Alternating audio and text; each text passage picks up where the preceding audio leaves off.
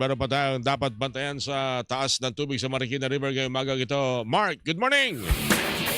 Magandang umaga, Orly, at sa ating mga kapuso. 4:35 ng madaling araw kanina nang ibinalik sa normal ang water level dito sa Marikina River. Yan ay matapos na kahit papano, mabawasan yung mga pag-ulan na nararanasan sa nakalipas na magdamag. Ibig sabihin ng pagbaba sa 15 meters, yan ay normal na yung water level dito. Matatandaan natin na kahapon ay umabot ng hanggang 16.9 meters yung water level dito sa Marikina River na nangangahulugan ng second alarm. Matagal din o mahabang oras din tumagal yung second alarm na yan hanggang sa maging first alarm kaninang hating gabi at ngayon nga yung pinakabago dyan ay normal level na yung water level.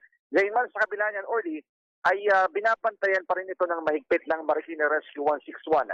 Sila pa rin ay naka-full alert dahil nga sa base sa forecast ngayon ay makararanas pa rin ng hanggang malalakas na pag-ulan dito sa bahagi ng Metro Manila.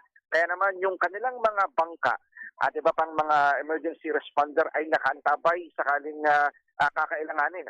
Samantala kagabi, nag-ikot si Marikina Mayor Machadoro sa evacuation camp dito sa lungsod para kamustahin yung sitwasyon. Sa ngayon, sa ating pag-ikot, walang baha at passable lahat ng major roads sa Marikina. Gumagana rin yung lahat ng pumping station dito sa Marikina. Kahapon kasi, Oli, ang nangyayari, yung sumulong highway at Il Fernando Avenue, dyan nagkaroon ng pagbaha. Pero ang binabanggit ng Marikina LGU, ang pangunahing dahilan ng pagbaha dito sa ilang lugar sa Marikina kahapon ay yung extraordinary rainfall volume kung tawagin dahil nga sabay-sabay na bumagsak yung ulan sa Marikina at sa upstream area sa Rizal. Dahilan, para yung tubig dun sa bulubunduking bahagi ng Rizal ay bumagsak dito sa Marikina at siyang nagpabaha sa ilang mga lugar. So sa ngayon, normal yung water level, wala ring pagbaha dito sa lungsod ng Marikina. Ako sa Mike Macanala ng GMA, Super Radio. DSWB, Balitang Totoo. Buena Manong Balita. Maraming salamat, Mark Makalalat. Mula po dyan sa lungsod ng Marikina, dumako tayo sa lungsod ng Quezon. Makakausap po natin tagapagsalita ng Quezon City Disaster Risk Reduction and Management Department, si Ma'am Pichi De Leon. Ma'am Pichi, ma'am, kumusta po kayo? Magandang umaga po. Si Orly Trinidad po ito sa Radyo na TV pa. Ma'am Pichi. Good morning, Sir Orly. Ma'am, ito nakakausap tayo. Anong mga lugar po sa lungsod ng Quezon ang binabantayan pa rin dahil may pagbaha at meron po bang mga pamilyang apektado at meron po bang mga evacuation center din tayong inaasikaso, Ma'am Pichi? Okay, as of 3:44 a.m. po, subsided na po lahat ng reported flooding sa buong Quezon City. Although nakamonitor pa rin po ang QCDR-RMD, lalo na po sa mga water level po ng mga waterways na nakakapaligid sa Quezon City. May mga evacuees naman po kami sa iba't ibang mga barangays po. Total po niya is 3,170 families, totaling to 10,501 individuals po.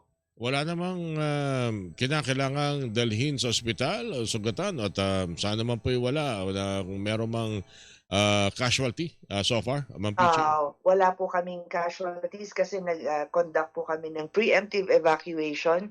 Hindi naman po talagang total monitoring po ang QCDR-RMD at sa mga evacuation centers po nandoon po yung City Health.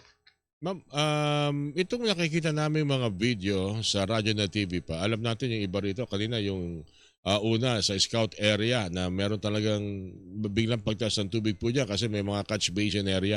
Bukod po dyan, ano po yung mga lugar ang talaga namang pag ganito ay binabantayan dahil maaaring maging peligroso sa ilang mga residente?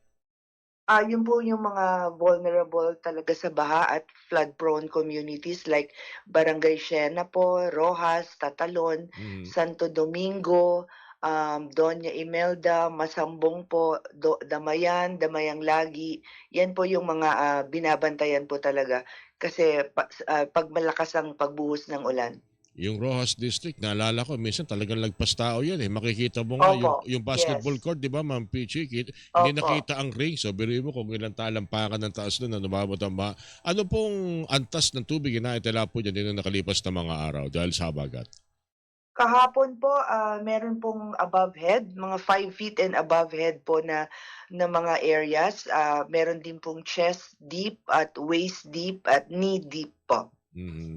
Okay. Panghuli siguro, alam natin sa ganito mga sitwasyon, ang isa sa ating tinututukan pagkatapos ng baha ay yung mga sakit tulad po ng leptospirosis. Kumusta po ang Quezon City para po sa maaring pagkontrol o wag namang lumala ang sitwasyon ng mga kaso ng leptospirosis sa inyong lungsod? Okay po, pagka nasa evacuation center pa lang po dahil nandun po yung City Health, and binibigyan na po sila ng doxycycline and other medicines, lalo na po pag nakita na sila po ay lumusong sa tubig ng baha, kaya bigyan na po sila agad dahil available na po ito sa evacuation center. Pati po ang mga first responders ay binibigyan din po. Mhm. At doon sa mga lalabas, kasi kanina may video, may nagwo-water ski ako nakita.